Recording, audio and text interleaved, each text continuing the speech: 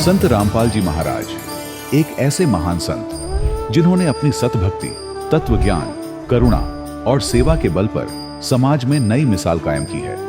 संत रामपाल जी महाराज की अगुवाई में उनके सभी सतलोक आश्रमों से समाज कल्याण के अद्भुत कार्यों ने समाज को सुनहरे भविष्य की एक नई उम्मीद दिखाई है।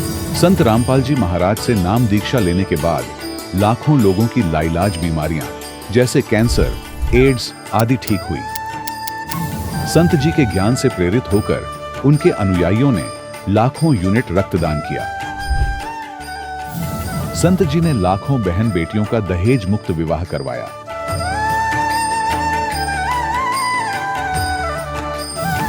संत जी ने लाखों लोगों का नशा छुड़वाया, करोड़ों उजड़े परिवार बसे। संत जी के आश्रमों में समागम के दौरान निःशुल्क नेत्र चिकित्सा, दंत चिकित्सा प्रदान की जाती है। संत रामपाल जी महाराज द्वारा समय समय पर पर्यावरण संरक्षण के उद्देश्य से बड़े स्तर पर वृक्षारोपण किया जाता है।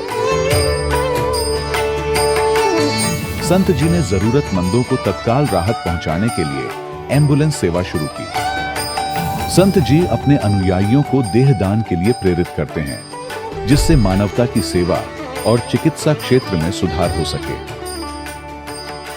संत रामपाल जी महाराज के सभी आश्रमों में हर रोज निःशुल्क भंडारा आयोजित किया जाता है, जहां हर वर्ग, हर जाति और हर धर्म के लोग एक साथ बैठकर भोजन करते हैं।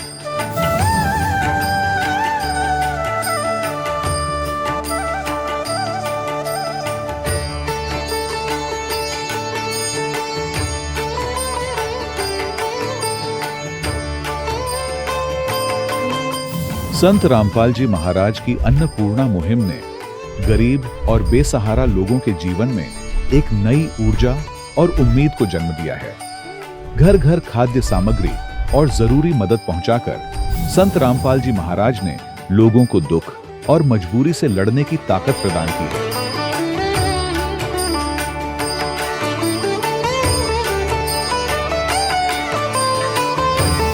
संत रामपाल जी महाराज द्वारा गरीब लोगों के लिए घर बनवाने का अद्भुत कार्य एक ऐसी मिसाल कायम कर रहा है जो सदियों सदियों संत जी की उदारता और दया भावना के तौर पर जाना जाएगा।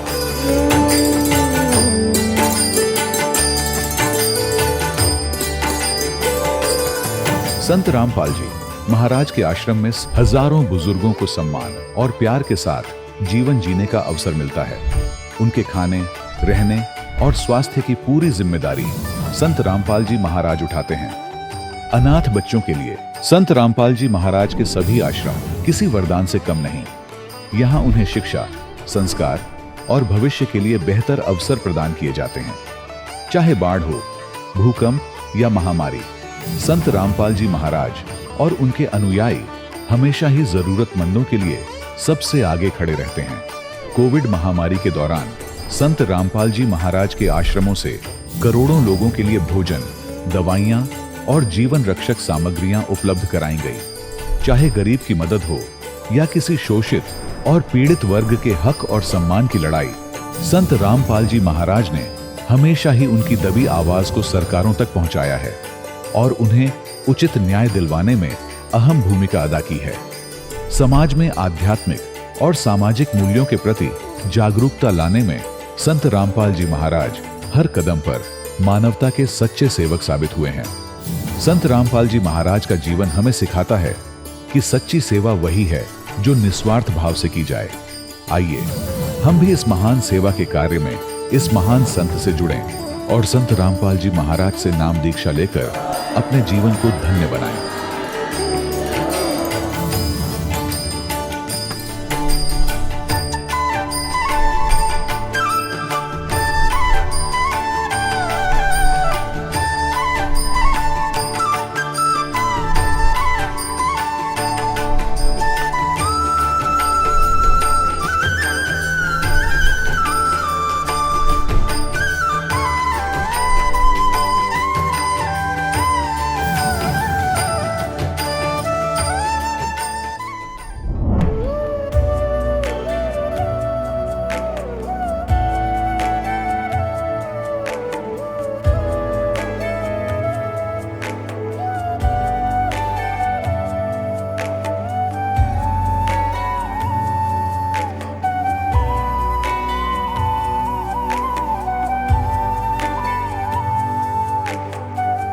ब्रह्मा का पिता है, कौन विष्णु की मां, शंकर का दादा कौन है, हमको दे बता। ये जानने के लिए कृपया सुनिए। जगत गुरु तत्वदर्शी संत रामपाल जी महाराज के अमृत वचन सर्व पवित्र धर्मों के पवित्र शास्त्रों के आधार पर। सत साहिब दर्शकों, ये कहानी है छत्तीसगढ़ के राजनांदगांव जिले की एक ऐसी महिला की जो असहनीय शारीरिक पीड़ा का सामना कर रही थी। इन्होंने अपनी शारीरिक पीड़ाओं से निजात पाने के लिए न जाने कहां-कहां उम्मीद लगाई, लेकिन हर जगह इन्हें निराशा ही हाथ लगी। आखिर इनके जीवन में चल रही परेशानियों से इन्हें कैसे छुटकारा मिला, और ये भी जानते हैं कि इन्होंने कैसे संत रामपाल जी महाराज से नाम दीक्षा ग्रहण की, और क्या नाम दीक्षा लेने के बाद इन्हें कोई लाभ प्राप्त हुए। आइए अब सुनते हैं ललिता जी की सच्ची कहानी, उन्हीं की जुबानी। नमस्कार जी। सत साहिब जी। क्या नाम है जी आपका? ललिता दासी। बहन जी, आप कहाँ से हैं? छत्तीसगढ़ राजनांदगांव से। संत रामपाल जी महाराज से नाम दीक्षा आपने कब ली? 2013 में जी। संत रामपाल जी महाराज से नाम दीक्षा लेने से पहले आप क्या भक्ति साधनाएं करती थी? मैं कबीर साहब को ही मानती थी और बनारस से विजयदास शास्त्री से नाम दीक्षा ली थी जी। तो फिर आप संत रामपाल जी महाराज की शरण में कैसे आईं? वो भक्ति करते करते हमें कोई लाभ होता नहीं था। मेरे सर में इतना दर्द होता था। मेरे शादी के बाद मेरे हस्बैंड आर्मी में हैं, तो मुझे रांची लेके गए थे। वहाँ आर्मी के डॉक्टर को बहुत दिखाया, और इधर आई तो तांत्रिकों को भी बहुत दिखाया। मेरे सर में इतना दर्द होता था, मैं मानसिक परेशानी भी होता था मेरे को। मैं कोई काम नहीं कर पाती थी, इतना टेंशन में मेरे हाथ पैर ना हिलता था। तो मेरे हस्बैंड भी परेशान थे, क्या करें, इतना दिखाते हैं फिर भी ठीक नहीं होता करके। उसके बाद मेरी बहन ने बताया कि कोई सत्संग में चैनल में सत्संग आता है, वो संत बहुत अच्छा है, आप इधर आके देखो संत रामपाल जी महाराज के बारे में। तो हम गए वहाँ पे, संत रामपाल जी महाराज से नाम दीक्षा लिए।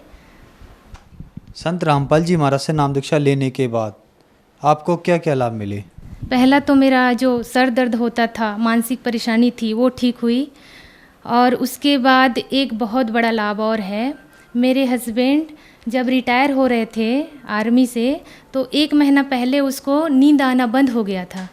बहुत बेचैनी महसूस करते थे। अब ये सर्विस छूटने के बाद मेरा सरकारी जॉब तो लगेगा नहीं, क्या करेंगे हम। बहुत टेंशन में रहते रहते वो आए यहाँ पे, हम आए, रिटायर होके आ गए। फिर उन्होंने एक दिन हंसते हुए जाके, हमसे कोई झगड़ा लड़ाई कुछ नहीं, हंसते हुए जाके उधर मानसिक परेशानी के कारण उन्होंने वो पॉइज़न ले लिया। 2 लीटर पॉइज़न लिया, और वो जो लिया वो उसका हम नाम भी नहीं जानते वो पॉइज़न कौन सा है। फिर उन्होंने ही फ़ोन किया कि मैं ऐसा ऐसा कर लिया, मैं यहाँ पे हूँ। तो मेरे लड़के और मेरे घर वाले जाके उनको शुक्ला हॉस्पिटल में एडमिट किए लाके।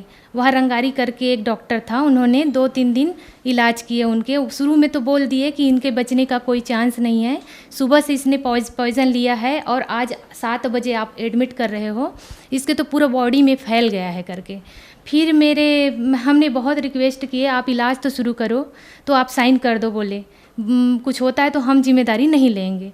तो इलाज कराने के लिए हमें साइन भी करना पड़ा। वेंटिलेटर में रखे थे मेरे हस्बैंड को। 3 दिन बाद थोड़ा होश आया, वेंटिलेटर से बाहर आए तो उन्होंने बताया कि आपके गुरुजी संत रामपाल जी महाराज और कबीर परमात्मा मेरे को दिन भर दर्शन दे रहे, दिन भर दे रहे। इतना ही बोल पा रहे थे, धीरे धीरे फिर उसका डाउन हो गया, वो बोल उतना बता के फिर डाउन हो गया उसका शरीर, फिर वेंटिलेटर में चले गए।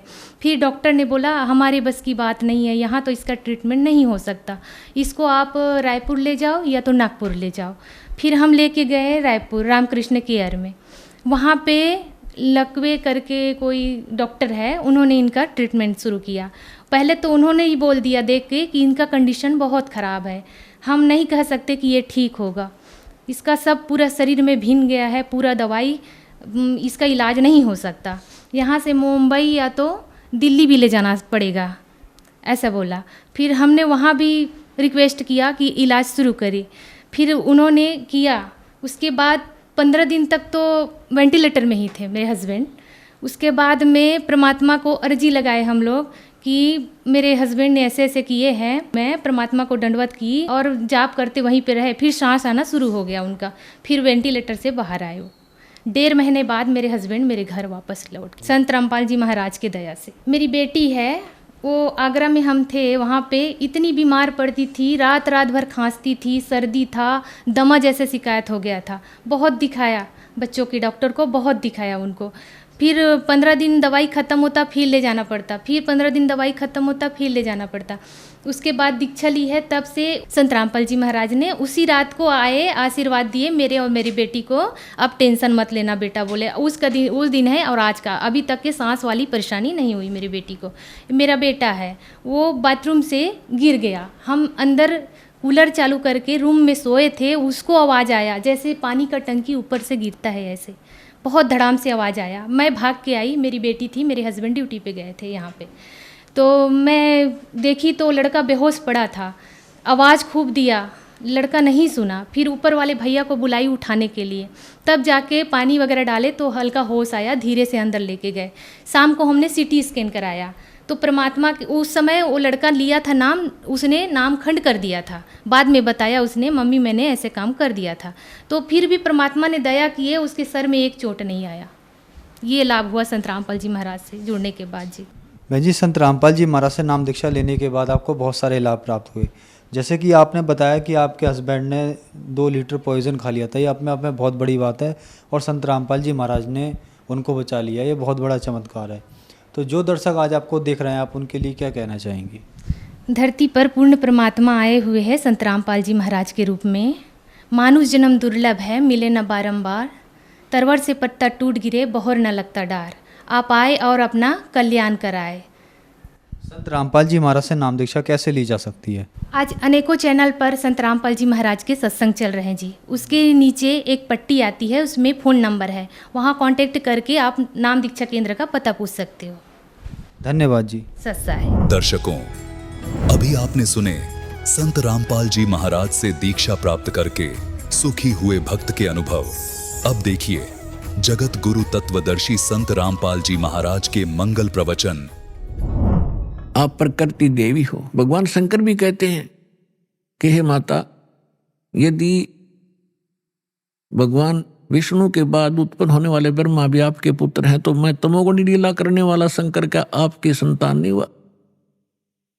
अर्थात मुझे भी जन्म देने वाली तुम ही हो। और ये हमारे शंकराचार्य आचार्य, ये नकली गुरु ब्राह्मण है।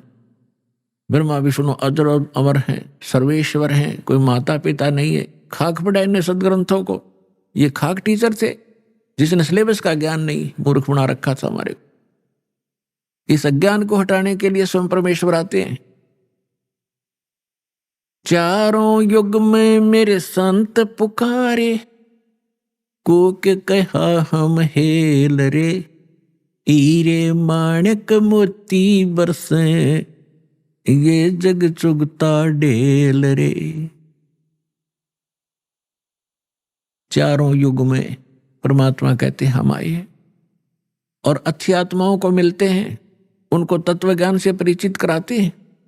फिर वो मुझसे परिचित होकर के वो महापुरुष भी मेरी महिमा को यथार्थ रूप में सुनाते हैं, लेकिन कोई सुनने वाला नहीं होता, क्योंकि अज्ञान घना होता है। और परमात्मा कहते हैं हम भी, मैं भी आता रहता हूं प्रत्येक युग में भिन्न भिन्न रूप बनाकर। और ये हमारे ज्ञान को ना सुन करके हम यथार्थ ज्ञान, यथार्थ भक्ति विधि रूपी हीरे मोती लालों की वर्षा करते रहते हैं, जगह जगह ज्ञान सुनाते हैं। लेकिन ये भोली आत्मा हीरे मोती लालों को ना पहचान कर उनको ठोकर मारकर कंकरों की गठड़ी बांध कर वजन उठाए फिर रहे हैं। हम तो साधना कर रहे हैं, बड़ी श्रेष्ठ है। गीता अध्याय नंबर 16 के श्लोक 23 और 24 में स्पष्ट कर दिया है कि शास्त्र विधि को त्याग कर जो मनमाना आचरण करते हैं, मनमानी पूजाएं करते हैं, उनको न तो सुख होता है, न उनका कोई सिद्धि प्राप्त होती है, और न ही उनकी गति होती है। फिर साधना करते किस लिए?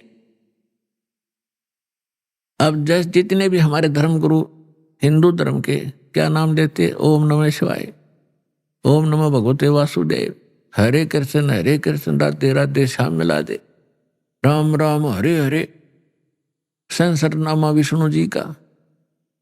और घने चतुर और घने सुपीरियर मानते हो, कहते हो ओम ओम, बस ओम सबसे बड़ा नाम। तो पुण्यात्मा, हरे राम हरे कृष्ण किसी भी सदग्रंथ में मंत्र नहीं, ओम नमः शिवाय किसी ग्रंथ में नहीं, ओम नमो भगवते वासुदेव किसी ग्रंथ में नहीं। जो शास्त्र अनुकूल साधना है वो परमेश्वर ने स्वयं आकर बताई है और अपनी उन प्यारी आत्माओं को बताई है।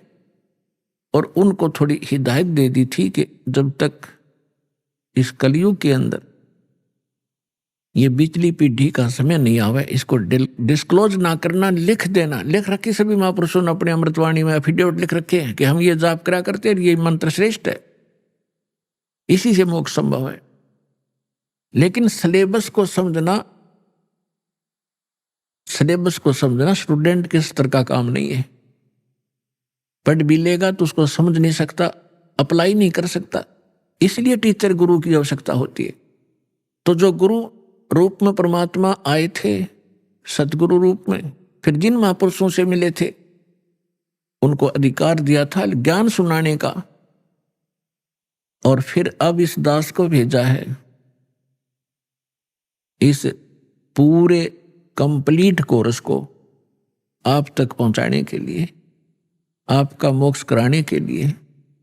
क्योंकि अब वो समय आ गया, नहीं तो इस दास से बड़े बड़े महापुरुष पहले हुए हैं, लेकिन वो समय नहीं था, क्योंकि आप अशिक्षित थे। और अशिक्षा का लाभ भी नकलियों ने हमारा उठाया, ये संस्कृत बोलते रहे। हमने सोचा बड़े विद्वान हैं, इन्होंने खूब जाना होगा सदग्रंथों को। हमने परमात्मा को भी ठुकरा दिया, जिसमें 600 वर्ष पहले वो आकर ये ज्ञान सुनाया करते थे, जो आज सभी सदग्रंथों में ज्यों का त्यों पाया। तो पुण्यात्मा, 100 शुक्र मनाना उस परम पिता के। वहां ये आए, यहां आकर के उन्होंने कितने कष्ट झेले हमारे लिए। परमात्मा के उसी इतिहास को जो 600 वर्ष पहले परमेश्वर कबीर जी यहाँ आए थे, ये ज्ञान सुनाया करते थे, तो दास आज उसी परम पिता का दिया हुआ एज इट इज आप तक पहुंचा रहा हूं। अपनी तरफ से इसमें कोई मिलावट नहीं कर सकता, क्योंकि जीव का जो ज्ञान होगा वो घटिया होगा, परमात्मा का ज्ञान वो सत्य होगा। तो वो सत्य ज्ञान आप तक पहुंचा रहा हूं, ये सत्संग कर रहा हूं। परमात्मा ने सत्संग किया था, या उन महापुरुषों ने जो भगवान से मिले थे, लेकिन उनको रिजेक्ट कर दिया हमने, क्योंकि हम बालक थे, हम अशिक्षित थे, अनजान थे। आज परमात्मा ने आपको अक्षर ज्ञान कराया। ये अक्षर ज्ञान आपके लिए विष है। बेशक आप कितने विद्वान पाक गए हो, डॉक्टर, इंजीनियर, जज, वकील बन गए हो, भगवान की भक्ति नहीं है तो खा खाइए। एक रोजी रोटी तो कहीं चला ले इंसान, कल मृत्यु होगी, गधा अपने कुत्ता अपने कहे खाज लग गए, और क्या खाओगे फिर? आपको केवल इस ही जीवन का ज्ञान है, आपको भविष्य का, आगे का नहीं। आगे के ज्ञान बिना ये खाक ज्ञान है फिर। तो ये ज्ञान देना जरूरी था। मालिक को मालूम था कि बिगड़ेंगे, ये अहंकार हो गया आपके अंदर। 2 कौड़ी का 2 छोटा सा पोस्ट मिल जाए, फूला नहीं समाता, और कल मृत्यु होकर गधा बन जाए, क्या रे माटी होती है उसकी। और पहले आप देखो पिछले इतिहास उठा के, हमारे पूर्वजों के कितने विनम्र थे, कितनी दया थी उनके अंदर, कितने नेक विचार थे। और आज हम किस स्तर पर पहुंच चुके, इस विद्या की देन है।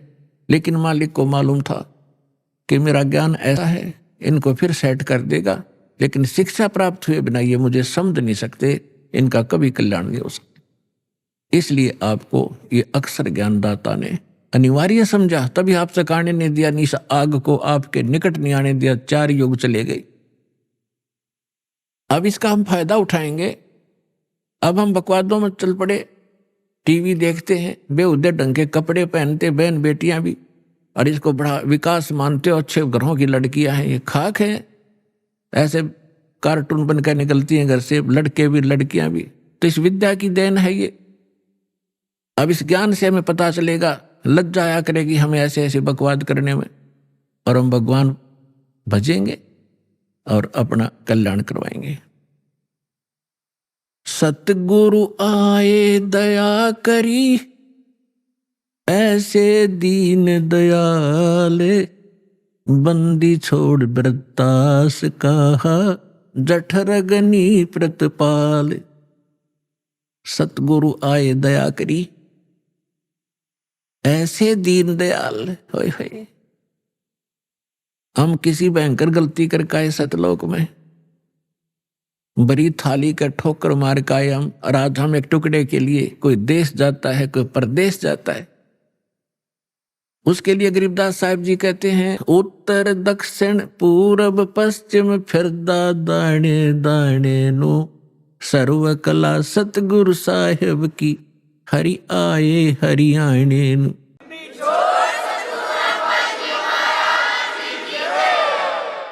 अपन आत्माओं, जो गुरु बचन पर डट गए कट गए फंद 84 के, भाई जो गुरु बचन पे डट गए कट गए फंद 84 के, भाई जो गुरु बचन पे डट गए कट गए फंद 84 के, कट गए फंद 84 के, कट गए फंद 84 के, भाई जो गुरु बचन पे डट गए कट गए फंद 84 के। वस्तु मिली ठोड़ की ठोड़ मिट गई, मन पापी की दौड़। वस्तु मिली ठोर की ठोड़ मिट गई, मन पापी की दौड़। ये भरम मिटे मथुरा काशी के, भरम मिटे मथुरा काशी के, भाई जो गुरु बचन पे डट गए कट गए फंद 84 के। पुणात्मा, गुरु का वचन पालन करना इस भक्ति मार्ग में अति अनिवार्य है, और गुरु केवल वही ज्ञान और वही आदेश देता है जो आपके हित में होते हैं। एक भक्त कह रहा था जी, उसने कभी प्रश्न किया होगा, इब्दास को तो इतना ध्यान नहीं रहता क्योंकि लाखों की संख्या में एक महीने में भक्त मिलते हैं।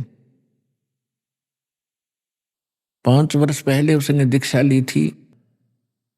वो कह रहा था जी, मैं अमेरिका जाने की तैयारी कर रहा हूं।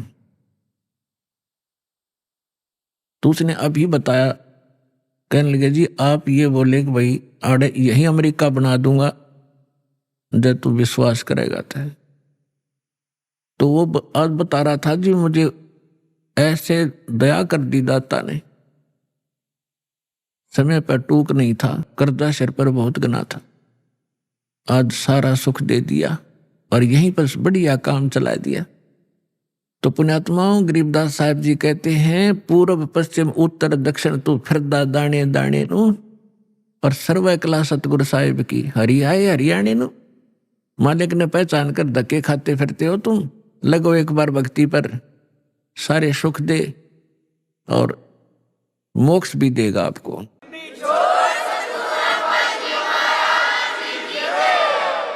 पुण्यात्माओं, सबसे पहले हमने अपने लाल की परख करनी होगी कि जिस लाल को हम लिए फिरते हैं ये वास्तव में लाल है भी कि नहीं।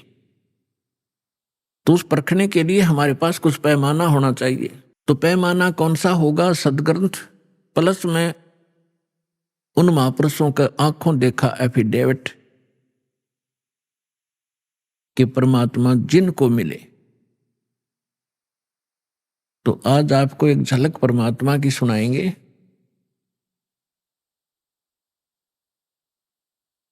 परमेश्वर कबीर जी के प्रगट के विषय में बहुत सी भ्रांतियां समाज में इन नकलियों ने फैला रखी है। क्या फैला रखी है कि कबीर साहब किसी विधवा ब्राह्मणी के कोख से जन्म हुआ था, वो शर्म के मारे बाहर डाल आई।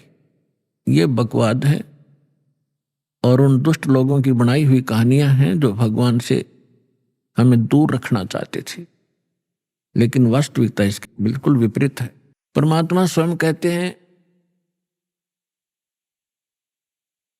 अवधू अवगत से चला आए, मेरा कोई भेद मर्म ना पाया। ना मेरा जन्म ना गर्भ बसेरा, बालक बन दिखलाया। काशी नगर जल कमल पटेरा, तहां जुलाहे न पाया।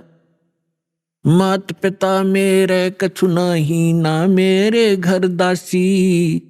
जुल्हे का सुत आने कहाया, जगत करे मेरी हासी। स्वयं परमात्मा ने आके बताया कि मेरे कोई मात पिता नहीं थे, और किसी कारण से मैं प्रत्येक युग में अपने बच्चों को संभालने के लिए ये लीला किया करता हूं। परमात्मा प्रत्येक युग में ऐसे ही लीला करते हैं। कमल के फूल पर आकर शिशु रूप धारण करते हैं।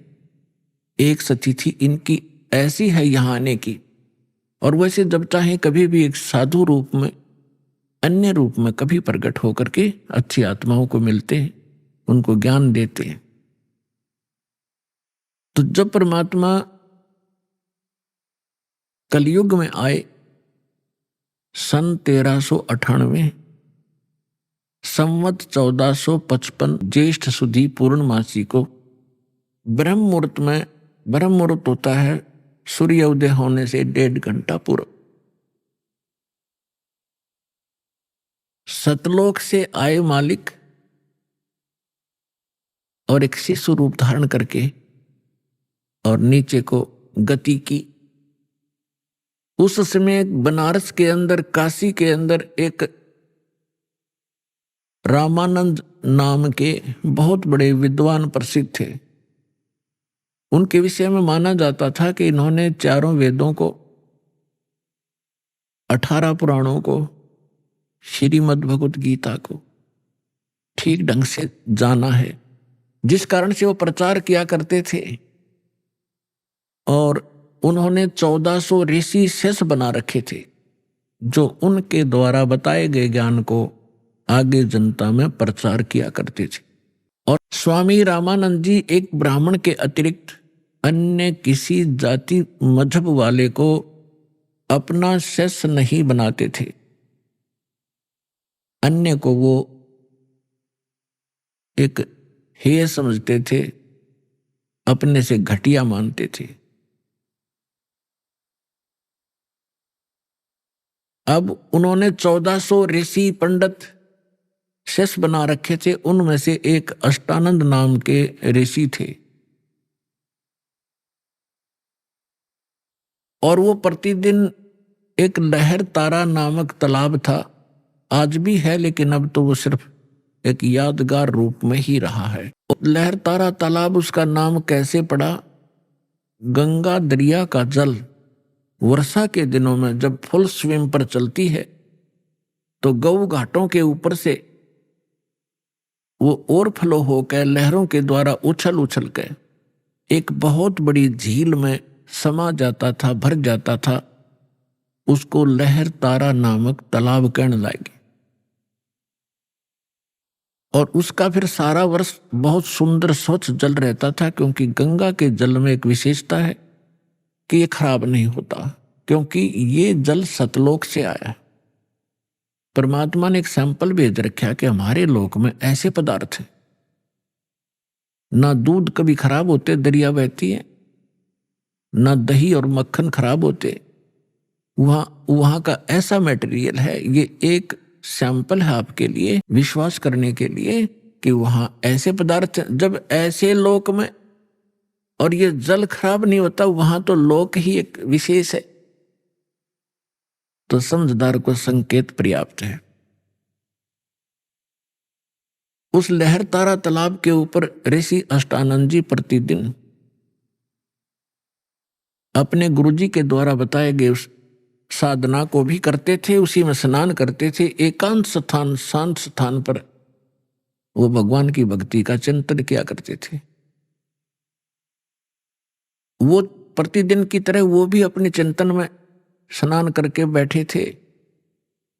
आकाश से क्या देखा अष्टानंद जी ने कि एक बहुत प्रकाश, तेज प्रकाश का गोला सा ऊपर से स्पीड के साथ आ रहा है। और वेद भी यही बताते हैं कि वो परमात्मा ऊपर के लोक में रहता है और उस वहां से गति करके आता है, बिजली विद्युत जैसी गति से यहां आकर हमें प्राप्त होते हैं। अष्टानंद जी ने देखा कि बहुत तेज प्रकाश कभी देखा नहीं ऐसा। जब उसने देखा तो उसकी आंखें सहन नहीं कर सकी, चरम दृष्टि बंद होगी। आंखें बंद होने के बाद उसने क्या देखा कि तो एक बालक है, शिशु रूप दिखाई दिया। जैसे हम सूर्य की तरफ देखते हैं प्रथम सीधा, तो हमारी चरम दृष्टि सहन नहीं कर पाती, आंखें बंद हो जाती हैं। आंखें जब बंद होती हैं या हम दूसरी साइड में देखते हैं तो सूर्य का प्रकाश रहित आकार दिखाई देता है और वो काफी देर तक आंखों में बना रहता है। ठीक यही दशा अष्टानंद जी की हुई कि उसने जब वो प्रकाश की तरफ देखा तो वो प्रकाश किसका था? सूर्य का, यानी परमात्मा का। और जब आंखें बंद की तो क्या देखा? शिशु, उस शिशु का प्रकाश था, वो परमात्मा का प्रकाश था।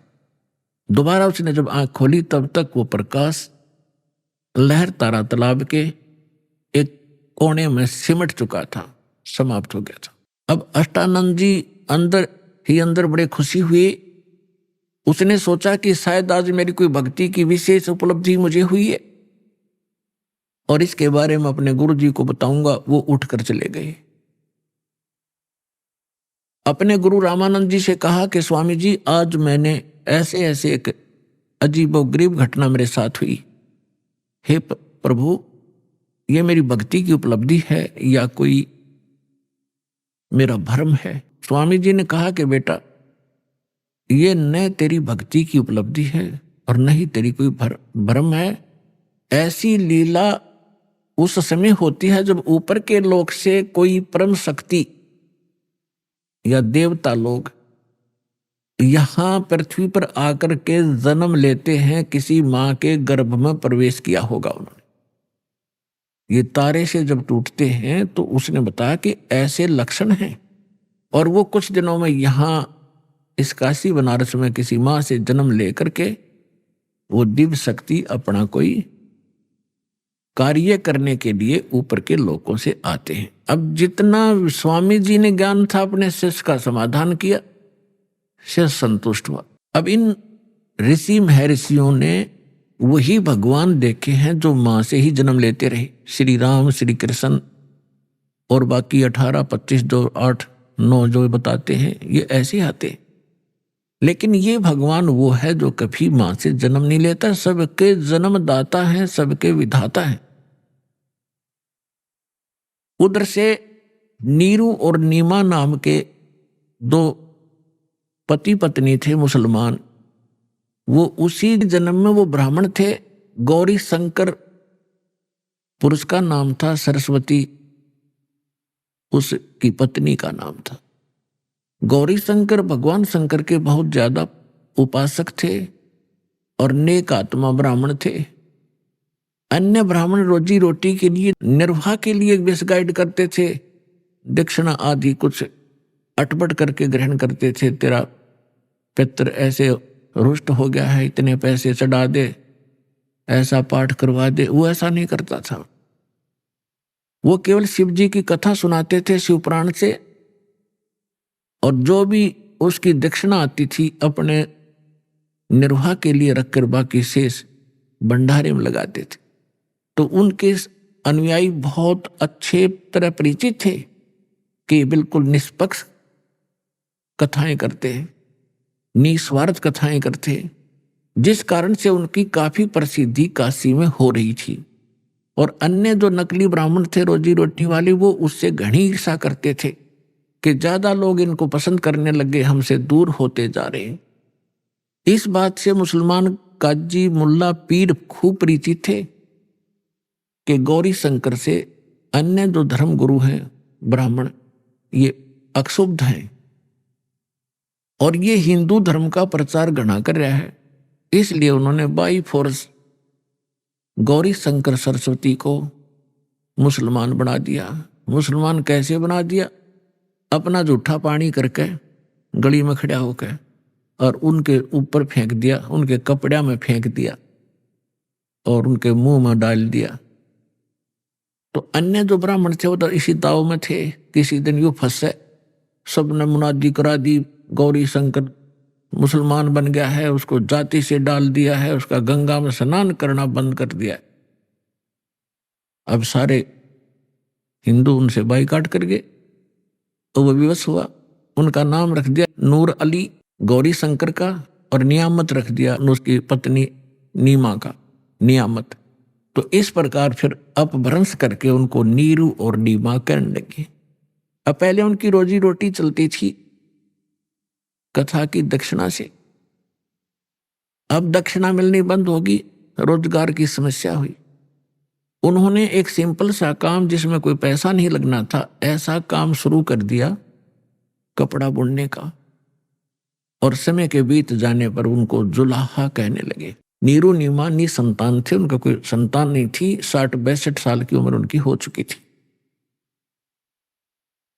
भले ही वो मुसलमान बन गए थे, लेकिन भगवान शंकर को दिल से भुला नहीं पाए थे। कोई भी आपत्ति आती थी या कोई विशेष कसक होती थी, भगवान शंकर को ही वो याद किया करते थे। भले ही वो मुसलमान रीति को भी निर्वाह कर रहे थे, उसको भी चल रहे थे। अपने आत्मा उनको संतान नहीं थी। अब जो उस समय एक ऐसी धारणा समाज में फैला रखी थी नकली ब्राह्मण गुरुओं ने कि जिसके संतान नहीं वो सबसे निकम्मी आत्मा है, उसकी सुबह सुबह दर्शन भी नहीं होने चाहिए। तो जिस कारण से जिनके संतान नहीं होती थी वो खूब समझते थे कि सामने वाला बाइकाट कर गया, गली बदल गया, रास्ता चेंज कर गया। मुझे देखकर वो बहुत कुड़ कर अपना जीवन व्यतीत किया करते थे।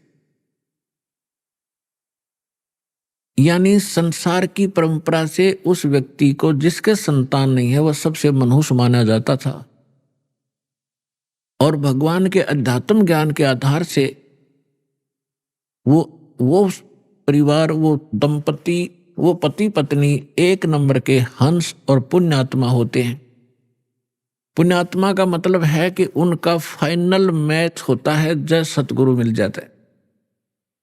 वो उनका कहीं किसी से अब लेन देन नहीं रहा, ना पुत्र का ना पुत्री का संस्कार शेष है। और यदि उनको सतगुरु मिल जाए, भक्ति ठीक कर ले, उनका बेड़ा पार तुरंत हो जाए उसी जीवन में। अब ये ना समझना कि जिनका संतान है वो पुण्यकर्मी नहीं है, नहीं, जिनको सतगुरु मिल गए मनुष्य जीवन में, दोनों ही पार हैं, दोनों ही पुण्यकर्मी प्राणी।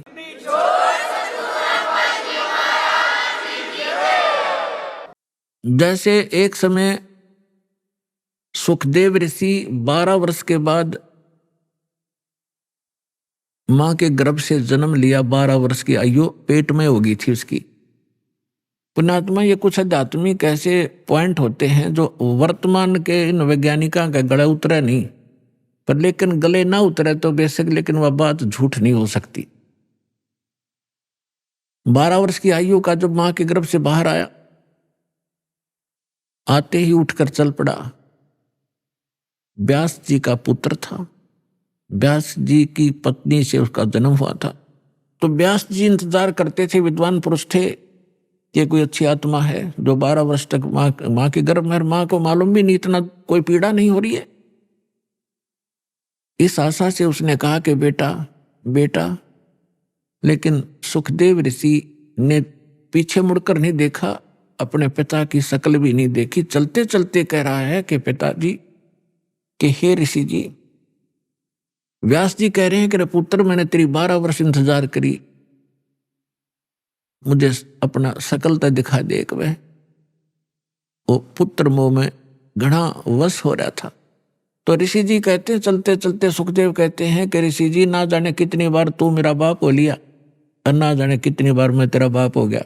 ये बहुत बूढ़ी बीमारी है, इबका मैं अपना पीछा छुटवाऊंगा और मैं ना देखूं तेरी और कहीं मेरी ममता तेरे में फंस ना जा। न्यू कहकर आकाश में उड़ गया, दूसरी जगह जाकर प्रकट हो गया। वहां जाकर अपनी और नालापा काटी कहने का भाव ये है, फिर सुखदेव ऋषि ने कहा था कि एक लेवा एक देवा दूतम, कोई किसी का पिता नहीं पूतम।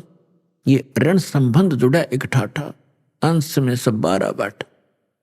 ये तो एक दूसरे का संस्कार है, कोई देने आ रहा है, कोई लेने आ रहा है। जैसे आज हम संस्कार बढ़ा रहे हैं, कोई रिश्वत लेता है, आज वो रिश्वत ले रहा किसी से 1 लाख 1.5 लाख रुपए, अगले जन्म में वो दामाद बनकर लड़की भी ले जाएगा और वो पैसे भी लेगा। बिरान मट्टी होगी फिर हमारी नो, फिर यह गधा बनकर देना पड़ेगा, किसी की भैंस बनकर देना पड़ेगा, फिर दूध नहीं दे उसके इंजेक्शन लाओगे, दे लट्ठा लठरेंगे। तो अपने इस संस्कार को हम अब खत्म करेंगे।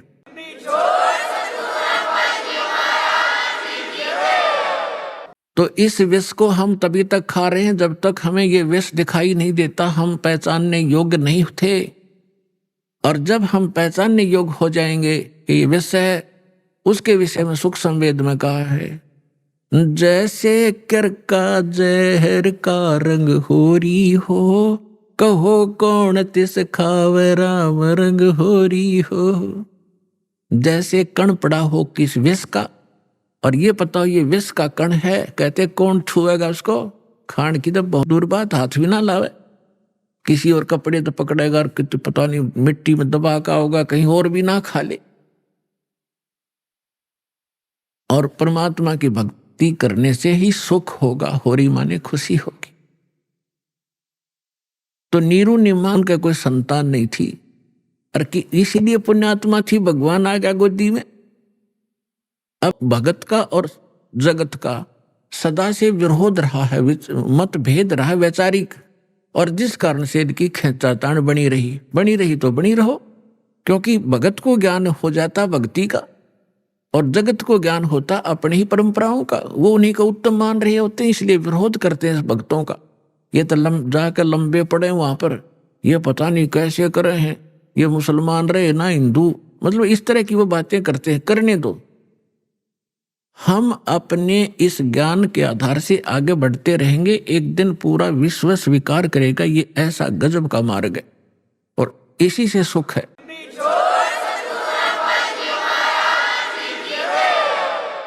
पुण्यात्माओं, ये भक्ति युग आ गया।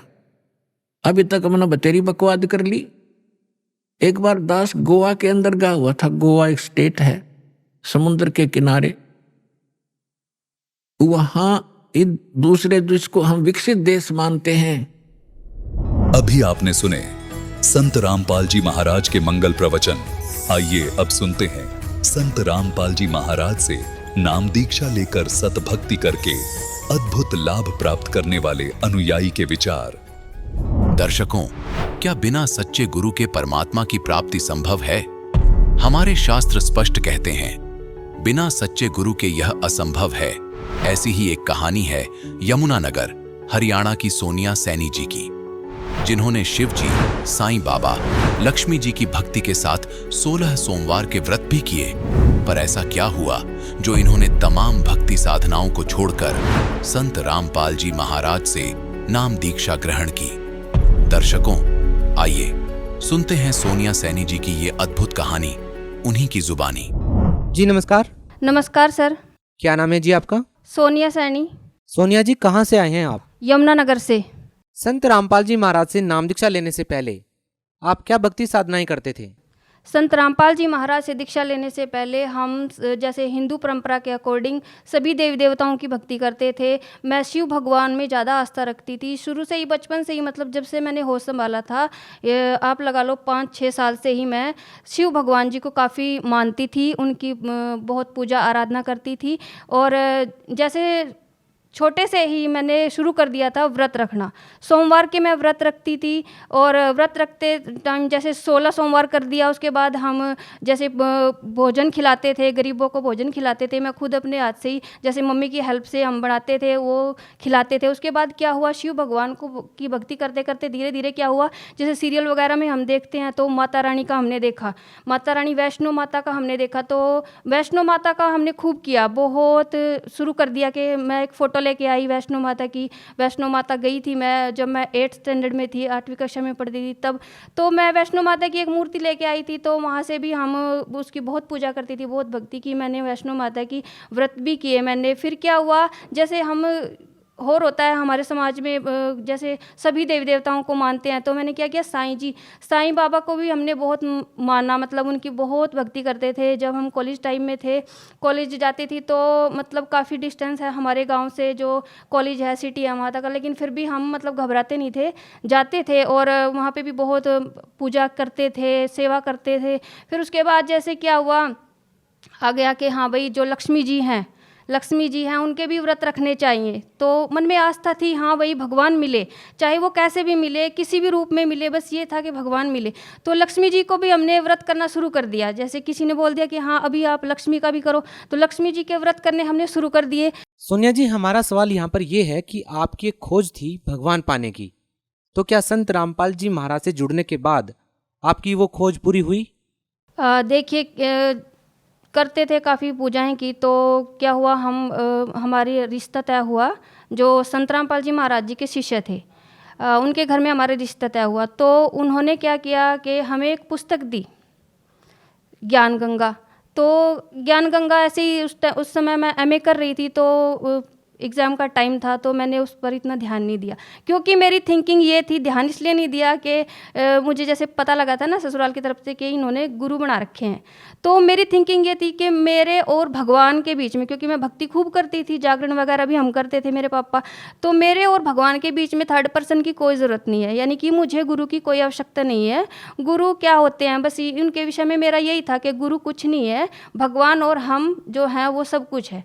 ठीक है, तो ऐसे करके थोड़े दिन के बाद ससुराल से कॉल आई, उन्होंने बोला कि आपने वो पुस्तक पढ़ी? तो हमने कहा नहीं, हमें टाइम नहीं मिला, नहीं पढ़ी। तो उन्होंने कहा उसको एक बार पढ़ो। तो हमने कहा वो मोटी है, हम क्या पढ़े, उसमें से कुछ समझ तो आता नहीं। तो उन्होंने बोला कि आप ऐसा करो, सृष्टि रचना उसमें से पढ़ो। तो हमने क्या किया, चलो जब इतना प्रेशर कर रहे हैं, बोल रहे हैं कि पढ़ो एक बार, देख तो ले क्या है, क्योंकि मैं गीता जी भी मैंने पढ़ी हुई है, भगवत गीता के मेरे ताऊ जी के पास थी, वो भी मैंने पढ़ी हुई है, और ये जो रामायण महाभारत है ये भी मैंने पढ़ी हुई है। तो उनके विषय में मुझे थोड़ी नॉलेज थी, लेकिन चलो आध्यात्मिकता के तरीके से मैंने सोचा कि चलो पढ़ लेते हैं, सृष्टि रचना है क्या। तो मैंने उसमें से सृष्टि रचना पढ़ी। सृष्टि रचना पढ़ने के बाद मुझे ज्ञान हुआ कि हाँ हम कौन है, कहाँ से आए हैं, ठीक है, और हमारा क्या उद्देश्य है। आज तक मुझे ये नहीं पता था कि हम कौन है, कहाँ से आए हैं। तो उसके थ्रू जैसे मुझे पता लगा कि सृष्टि रचना पढ़ते पढ़ते ही मेरी आंखों से आंसू आए। तो मैंने किया कि यस, ये कबीर जी ही गॉड है, परमात्मा है, और हम तो आज तक जो है अंधेरे में थे। ऐसे करके परमात्मा की दया से मुझे, संत रामपाल जी महाराज की दया से मुझे वो ज्ञान हुआ। नहीं तो बताते हैं ना कि गुरु बिना ज्ञान नहीं होता, वाकई ये बात सच है कि गुरु बिना ज्ञान नहीं होता है। और मैं इसी गलतफहमी में थी कि नहीं यही सब कुछ है, जो हम पूजा करते हैं यही सब कुछ है, लेकिन नहीं, ऐसा कुछ नहीं है। जो भी हम भक्ति करते हैं उसके लिए कोई बेस होना चाहिए, और हमें यही नहीं पता था कि हम क्या पूजा कर रहे हैं क्या नहीं। सोनिया जी, हमारा सवाल ये है कि हर एक श्रद्धालु संत रामपाल जी महाराज जी से इसलिए भी नाम दीक्षा लेता है ताकि उसे आध्यात्मिक, भौतिक और आर्थिक लाभ मिले। हम आपसे ये जानना चाहेंगे कि क्या आपको संत रामपाल जी महाराज से नाम दीक्षा लेने के बाद लाभ मिले? हाँ जी, बहुत लाभ मिले हैं, क्योंकि वो सच्ची भक्ति है, उससे मुझे बहुत लाभ मिले हैं। सबसे पहले तो संत रामपाल जी महाराज ने, मतलब जैसे मैंने प्रथम नाम लिया था, तुरंत उसके बाद ही मैं आश्रम में गई हुई थी। मेरे हाथ में इसमें एक गांठ थी, तो इसको ये काफ़ी सालों से थी, 6-7 सालों से थी, जब से मैंने होश संभाला था, मतलब तब से थी ये मेरे हाथ में। तो छोटी थी पहले, तो धीरे धीरे ये बड़ी हो गई। तो इसके लिए मैंने बहुत कुछ किया, डॉक्टर को भी दिखाया। डॉक्टर बोलते थे कट लगा के ऐसे तो हल्का सा ऑपरेशन करके इसको निकाल दिया जाएगा, लेकिन उसके बाद भी कोई गारंटी नहीं होती थी कि जैसे जख्म निकाला है तो कैंसर बढ़ने का भी खतरा होता है। तो इस चीज़ से मुझे डर था, उसके लिए मैंने बहुत किया, झाड़ फूंक वगैरह सब, मतलब जैसे पीर वगैरह पर जाते हैं, प्रसाद वगैरह चढ़ाते हैं, कबूल देते थे जब जगत में थे। लेकिन क्या हुआ, जैसे ही संत रामपाल जी महाराज दीक्षा ली, 4 महीने ही मुझे हुए थे, मैं आश्रम में गई हुई थी, तो अचानक ही परमात्मा ने मेरी ये रसोड़ी गायब कर दी। तो ये मेरे लिए बहुत बड़ा चमत्कार था, ठीक है, कि मेरी ये रसोड़ी जिसके लिए मुझे इतना वो करना पड़ा, ये परमात्मा ने ठीक कर दी। तो संत रामपाल जी महाराज की दया से मेरी जो गांठ है वो बिल्कुल गायब हो गई। उसके बाद संत रामपाल जी महाराज ने मुझे जीवन दान दिया। जैसे मतलब मुझे मेरा बेबी हुआ, उस टाइम वो सब कुछ ठीक हो गया, बेबी भी ठीक हो गया, लेकिन तीसरे दिन जाके क्या हुआ कि जो ब्लड है ब्लड जो मेरा ब्लड था वो मांस के टुकड़े बन बन के ऐसे मैं टॉयलेट गई तो ऐसे निकलने लगा, वो सारा ब्लड निकल गया। मेरा जो है 11.6 ग्राम मेरा ब्लड था और अचानक ही मेरा ब्लड जो है 4 ग्राम रह गया। तो डॉक्टर भी हैरान थे, डॉक्टरों को लगा कि भाई ऐसा मतलब ऐसी सिचुएशन तो होनी नहीं चाहिए थी। जब 3 दिन हो गए सब कुछ ठीक था, तो उसके बाद क्या हुआ, उन्होंने तुरंत मुझे आईसीयू में वो ले गए। अचानक ही फिर मेरी हार्ट बीट भी बढ़ने लगी, चेस्ट में इन्फेक्शन हो गया, तुरंत काफ़ी सारे रोग एकदम से हो गए। तो डॉक्टर घबरा गए, डॉक्टर को लगा कि पता नहीं क्या हो गया। आईसीयू में मुझे एडमिट किया, वेंटिलेटर लगाया। उसके बाद तुरंत मेरे ईसीजी किया, एक्सरे वगैरह किया कि क्या है क्या नहीं, कुछ समस्या समझ नहीं उनके आई, तो वो भी हैरान थे। उसके बाद क्या हुआ कि नाइट का समय था, 12 बजे हुए थे, 12 बजे के करीब क्या हुआ, अचानक ही मेरी हार्ट बीट बिल्कुल डाउन हो गई। तो जो नर्स है वो आई, वो घबराई, उन्होंने सभी डॉक्टर को बुलाया। जितने भी मतलब आर्मी के हॉस्पिटल डॉक्टर्स हैं वो इतनी जल्दी आते नहीं हैं, मतलब उनका भी एक ड्यूटी होती है, ड्यूटी टाइम होता है उनका भी। लेकिन क्या उन्होंने उनको कॉल किया, सभी आए, 10-12 टीम आई। वो हैरान हो गए कि इसको हुआ क्या, अचानक की हार्ट बीट डाउन कैसे हो गई है। उनको ये हुआ कि अब ये शायद बचेगा नहीं पेशेंट, लेकिन उन्होंने भी पूरा जोर लगाया, उन्होंने पूरा जो ट्रीटमेंट था वो सब किया। उसके बाद भी उनको लगा कि ये पेशेंट नहीं बचेगा। फिर क्या हुआ, परमात्मा जो संत रामपाल जी महाराज थे वो साथ थे। मुझे सब कुछ दिखाई दे रहा था, मुझे ये था एक पैरालाइज की तरह हो जाते हैं ना, ऐसा मेरे हाथ पैर हिल नहीं रहे थे, लेकिन क्या है सुनाई दे रहा था, सब कुछ दिखाई दे रहा था, हिल नहीं पा रहा। तो मालिक संत रामपाल जी महाराज जी ने जो हमें मंत्र जाप दिया है वो किया, उनकी कृपा से सब ठीक हुआ, मतलब मुझे जीवन दान मिला है। और ये बात डॉक्टर्स ने भी मानी है कि आप किसी की शरण में थे, इसीलिए आप जो है बचे, नहीं तो हमारे बस की ये बात नहीं थी कि आपको बचा पाएँ। तो ये लाभ मुझे मिला। तो उसके बाद क्या हुआ कि जैसे मुझे इंजेक्शन लगते थे, थाई में मुझे इंजेक्शन लगते थे और एंटीबायोटिक दी जाती थी, तो मुझे बड़ी रोना आता था इस चीज़ से कि मेरे साथ ऐसा क्यों हुआ। तो जबकि मैं संत रामपाल जी महाराज की शरण में हूँ, तो फिर भी मेरे साथ मतलब ऐसी सिचुएशन क्यों हुई।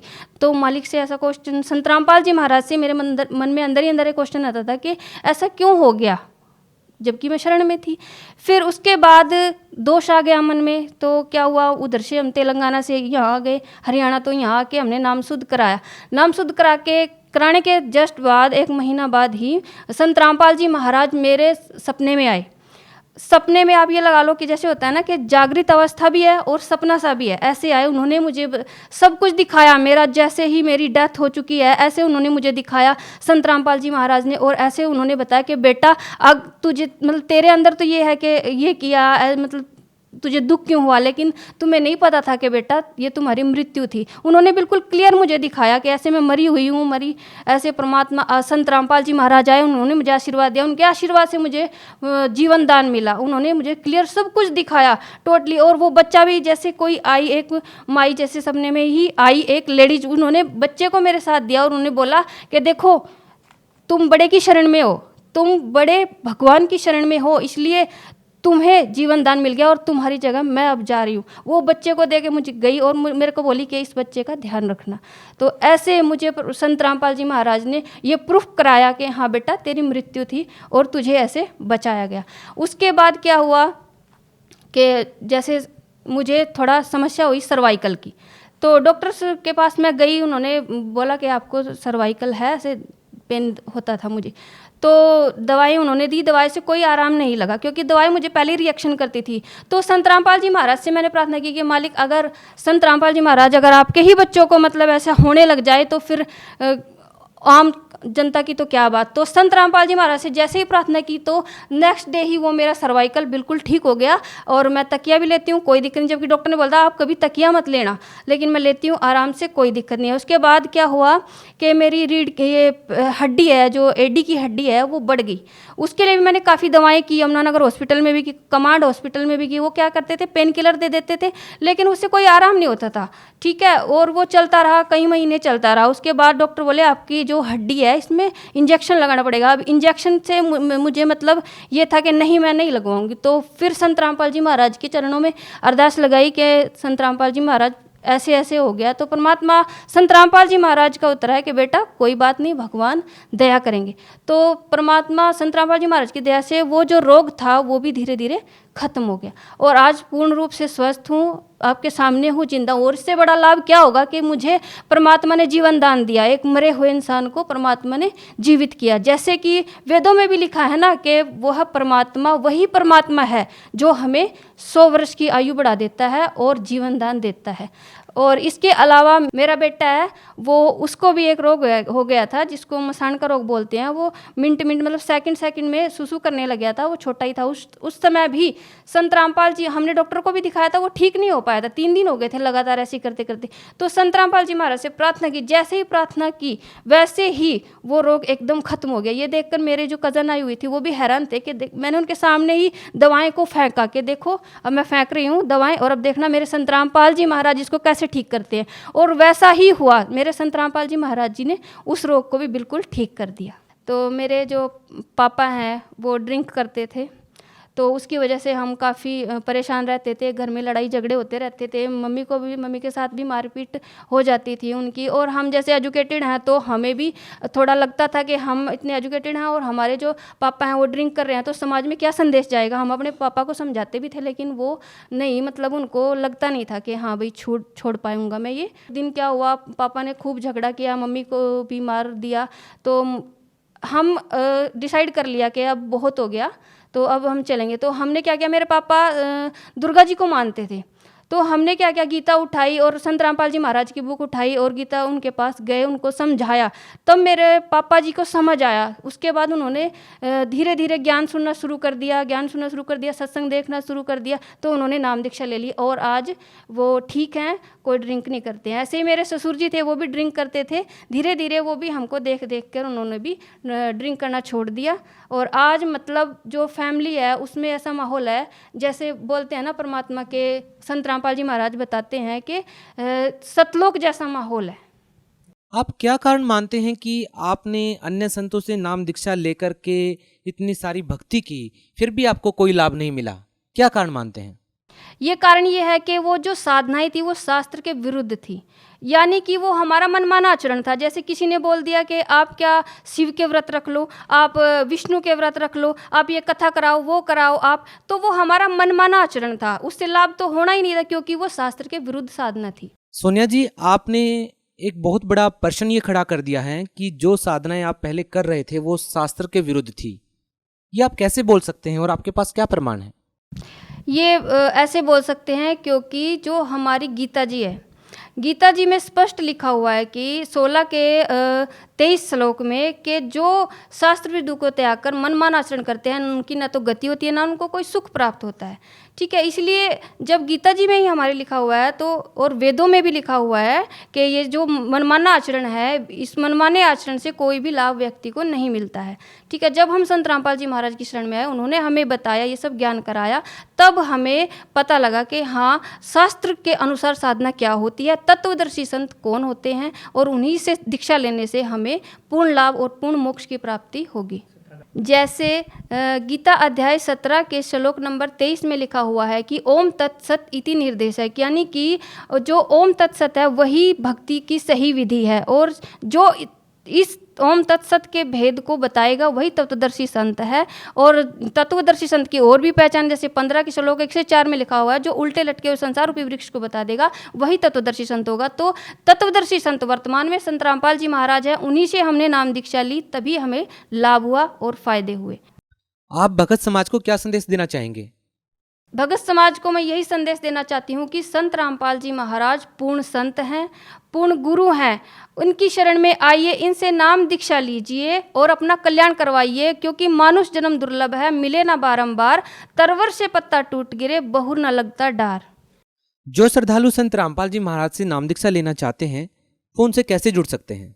आप YouTube पे जाइए, स्पिरिचुअल लीडर संत रामपाल जी महाराज ये सर्च कीजिए, आप वहाँ पे जाके संत रामपाल जी महाराज के सत्संग देखिए। सत्संग के नीचे जो पिक्चर डिस्प्ले होती है उस पर कॉन्टैक्ट नंबर दिए जाते हैं, उन कॉन्टैक्ट नंबर पर आप कॉन्टैक्ट कीजिए, आपको आपके नज़दीकी नामदान सेंटर का पता बता दिया जाएगा।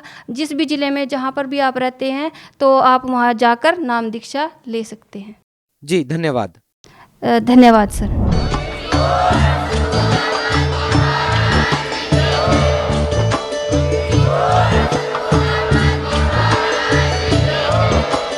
आप सुन रहे थे जगत गुरु तत्वदर्शी संत रामपाल जी महाराज जी के मंगल प्रवचन। अधिक जानकारी के लिए विजिट कीजिए हमारी वेबसाइट www.jagatgururampalji.org।